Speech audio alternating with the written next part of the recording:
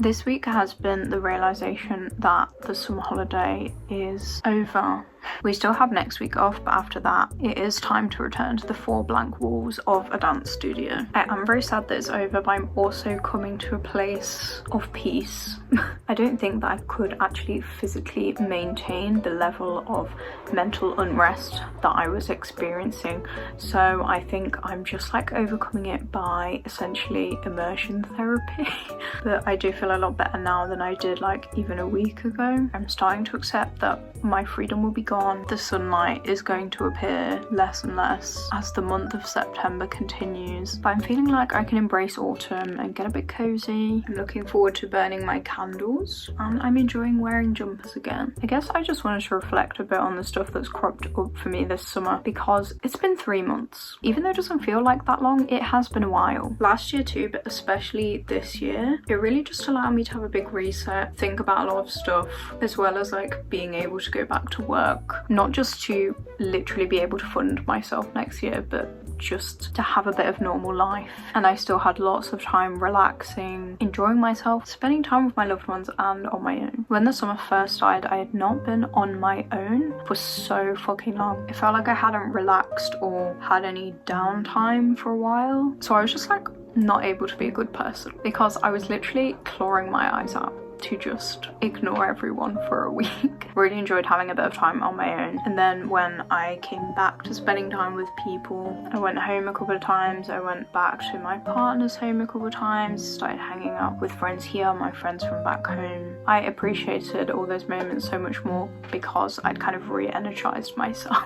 But then when I would get kind of used to being around a lot of people again, when I would go back on my own, I would kind of feel the need to like fill the void. Every moment needed to be filled, so I wasn't reminded of the fact that I was alone. Like I would just constantly be playing something in headphones and just not engaging in the world, which was then like disorientating in its own way. But I was able to get myself out of that the kind of couple of times that I started doing it, especially those like 2 or 3 weeks I had on my own before I went on holiday. I found a really good balance of not feeling like shit even though I was on my own all the time.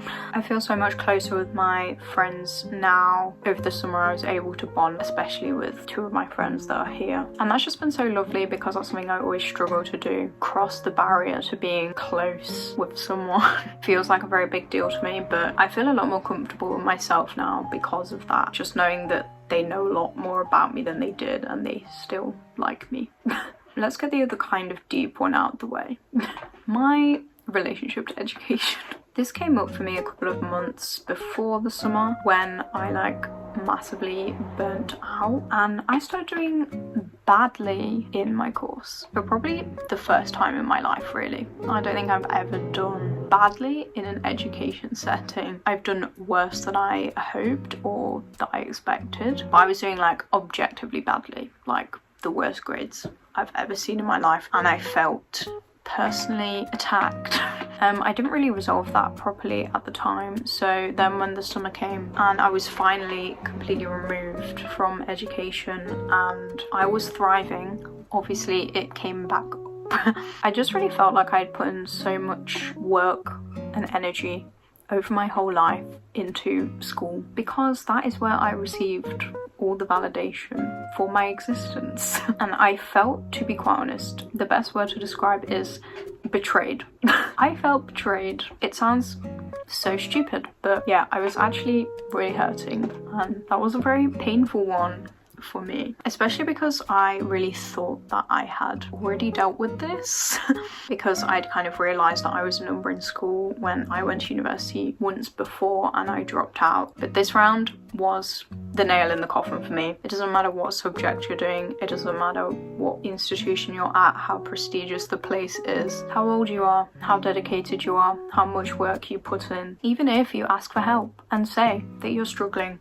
with education for the first time in your life, individuals can care about you, but the system of education does not actually care about you, and all the validation you've garnered from it has actually kind of set you up for failure, because guess what? It doesn't replace actual love from human beings. The workplace, nor education, cannot do those things. Like, I already kind of knew that I had got a lot of self-worth from school, but this summer, I like really had to deal with that and how that made me feel about almost every choice I've ever made in life has just been trying to chase this validation that I wasn't getting from actual human being love. I very seriously considered dropping out again because the idea of doing this for one more year was just so upsetting and painful, and maybe if I was a stronger person I would have done that. But here we are, I'm just committing to it. I just want to enjoy this year, to be honest, as best as I can, so I can at least leave knowing that I have my fully complete answers to the questions that I have right now, because I've completed my degree regardless of the outcome, regardless of my situation, and regardless of my feelings, which is literally the most I can do. Also, just kind of out of spite, I'm just not going to let you beat me down again, education system. Like, I'm going to be so strong that I'm not going to give a fuck if I do badly, and I'm going to do it anyway.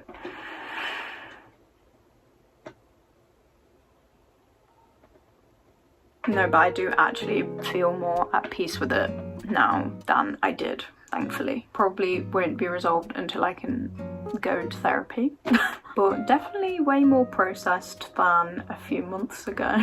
But that's that. On a more light-hearted note, hobbies. This summer has been the season of hobbies. I've been journaling, both in like a more long form way and a more like cute creative way. I started knitting again. I've been doing Sudoku in an actual physical book and not my phone, and I can literally sit there and do that for hours. Regularly exercising, and I've been regularly reading. All this stuff that I feel like I can actually now say they are my hobbies, rather than just like stuff I'm trying to get into or trying to get back into. Like, I've actually been doing it. In terms of reading, this summer has been the season of non-fiction. I have read a lot of fiction, but the non-fiction I've read has either changed my life or my perspective. Matrescence by Lucy Jones literally shook me to the core of my being, and I have been speaking to anybody who will listen about this book. Sorry if you were around me during those first few weeks where I read it for the first time. Possibly my favourite book I've ever read in my life.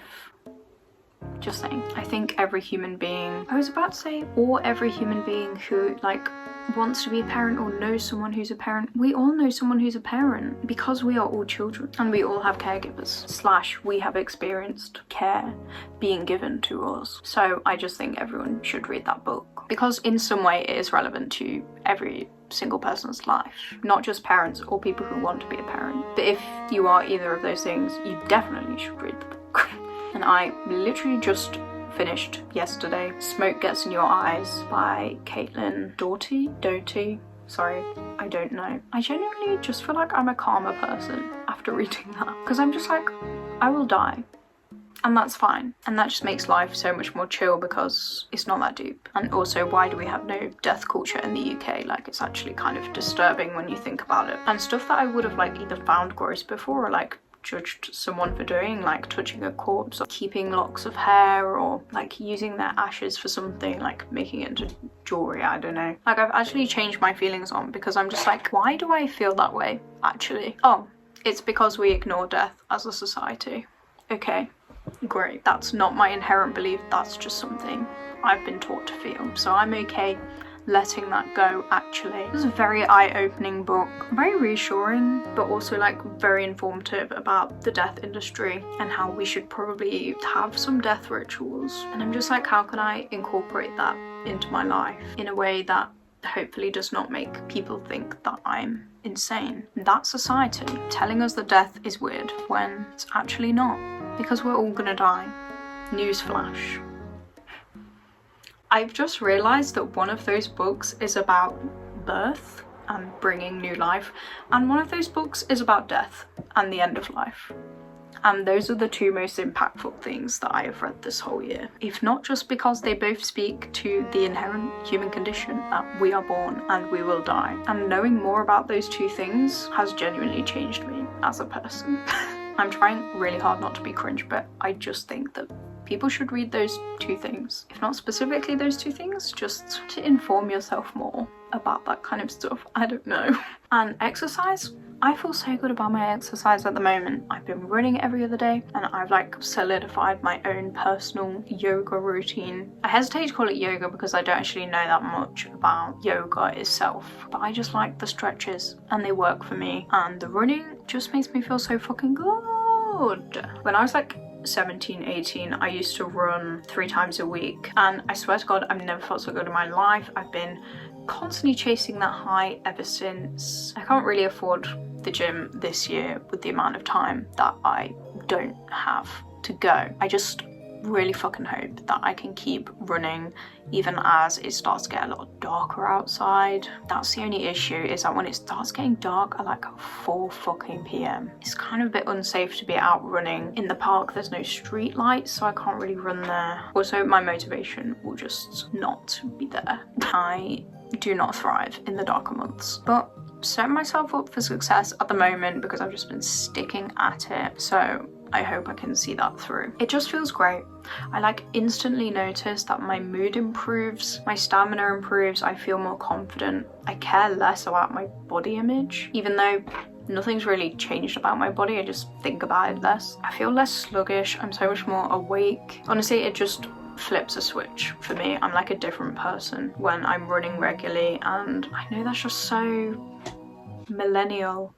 I'm so sorry to millennials, but you guys do like running, and you're right for that, because it does feel great. So yeah, I really just hope I can continue doing that when I'm back in classes full time and when it starts to be winter. Very random one, but kind of finding my style. All it took was me getting a pair of sunglasses, hooped earrings and jorts, all of which go with everything else that I own. It was just the icing on the cake that I was missing. I always wanted to wear hoop earrings, but I had this idea that it would look like I was trying too hard, it wouldn't look like it was me, or like people would just look at me and be able to tell that I was like wearing them for the first time, or that I was trying something new, and it wouldn't suit me, and I'd look like a kid like wearing their dad's suit, whatever I thought would happen. But I bit the bullet, and now that they just feel so me. My smaller ones that I regularly wear as well, I just feel like these massive ones especially, and the sunglasses, just give like a bit of edge to the outfit. I just like the way it makes me look.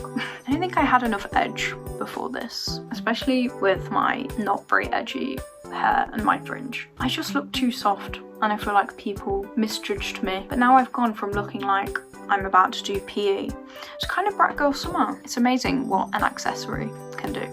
I feel like I always hated any clothes that I have, but now I feel so much more comfortable with my wardrobe, knowing that I can kind of dress them up with my accessories. It can completely change the outfit. I'm definitely not all the way there by any fucking means, but it's insane how much those few things have like changed the way I feel about like how I dress and present myself. The final kind of weird thing has been the surprising absence of music. There's no music right now I'm massively passionate about. I really had to like force myself to practice my instruments. I don't really feel inspired by listening to music right now, but then my friend is hosting a cabaret next week, asked me to play in the band with her, my bass. It's not there, I don't know why I just gestured there, it's over there. We've been like practicing, and honestly that is where I learn music best, is in a group setting, because it is so much fucking fun to play music with other people. Especially now I have my bass, I just feel like I can actually